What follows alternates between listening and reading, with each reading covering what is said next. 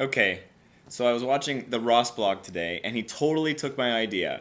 Ross went into this store, Pinkberry. I don't know what it is. It must be an LA thing. But he went into the Pinkberry store, and he videotaped his friend and himself ordering pinkberries.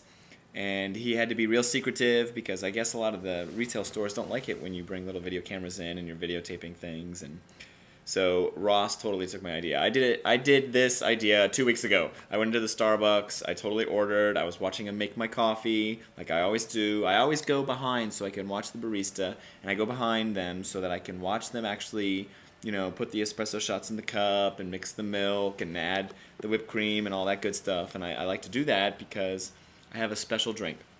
I have my triple grande caramel macchiato. I mean, it's on the menu. It's not that special. All I'm doing is I'm adding an extra shot to it. The problem with the caramel macchiato is that a lot of the baristas often make it wrong because the caramel macchiato is supposed to have the shots over the top. They're not supposed to have the shots in the bottom like a normal latte.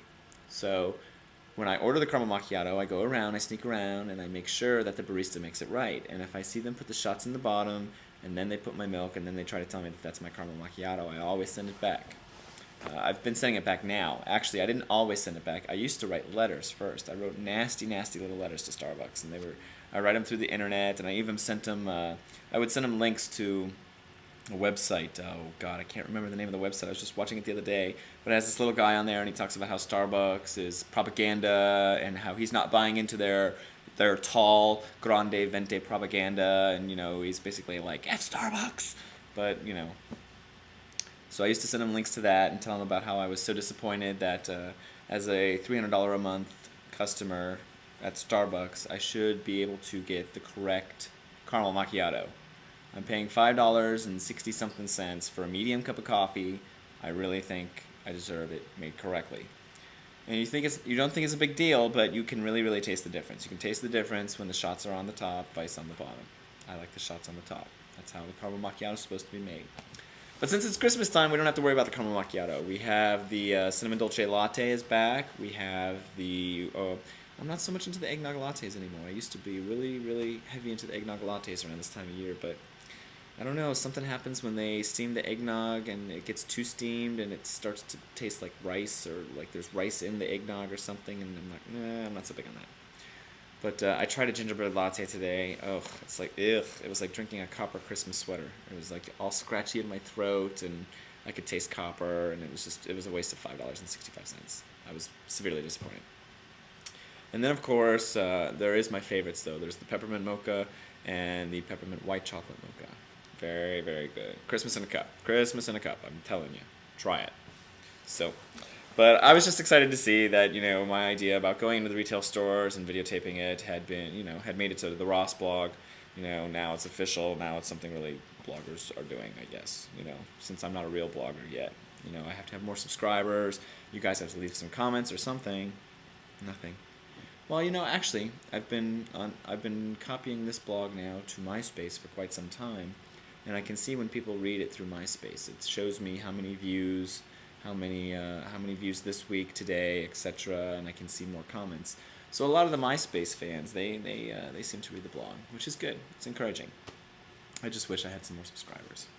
On a different front, I have a friend coming this weekend. My new friend, Ricky, is actually a mutual friend of my friend Coley.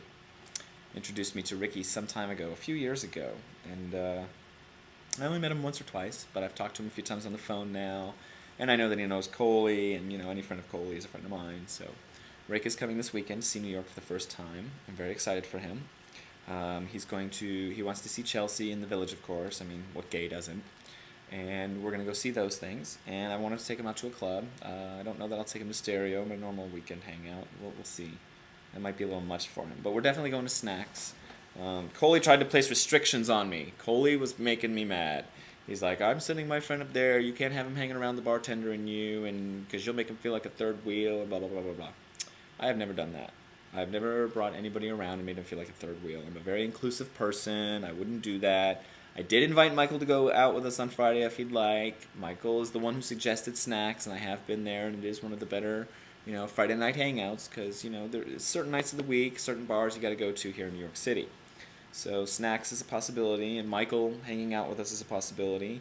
We'll be alone the entire day before that, and when we're in the bar scene, it's going to be very crowded and very noisy, so it's not like he'll be a third wheel. It'll be hard for any of us to hear anybody, and we'll be too busy looking at all the eye candy anyway, so it doesn't matter. So we'll do that, and then on Saturday, I don't know, I'm going to take him to see some more sites. I mean, Friday night we'll have already covered, hopefully, like the tree at Rockefeller Center.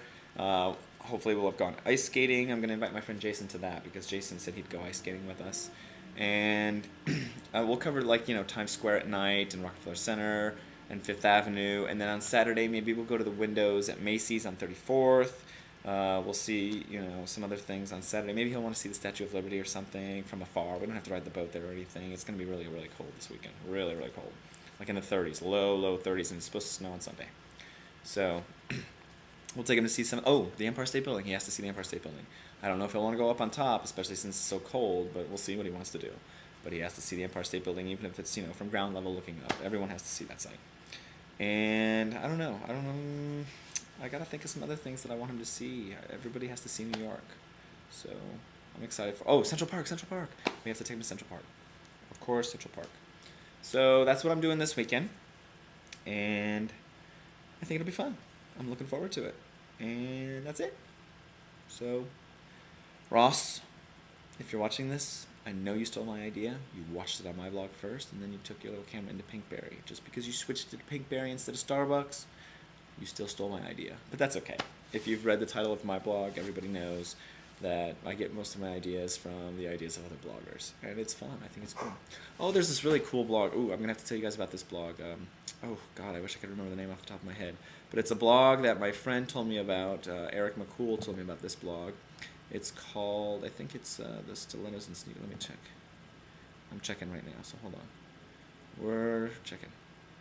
No, that one's not his. See, that's different. Okay, it's called Are You There blog. It's me, Steven. And the site is, oh my God, what is that? StevenRaider.blogspot.com. It's another blog spot. And he has some awesome, like, repeat type entries where he's got, like, my imaginary boyfriend entries, and he's got some other things, TMI Tuesdays. It's a really cool blog. Yeah, that's what it is right there. My new imaginary boyfriend, and he has usually some really, hot guys and pictures of hot guys. Eric's even contributed. You got to check it out, though. It's called Steven Raider, which is STEPHEN Raider, RADER.blogspot.com. And I think you should check it out. He's got some really funny stories up there. I think I'm reading his blog a lot more often now. But he's got some good ideas, and I might have to steal a few of those and come up with some sort of, like, repeating segment on my blog. Obviously, it can't be my imaginary boyfriend now because Steven already took the idea. But hot guys. Check it out. All right. Talk to y'all later. Bye.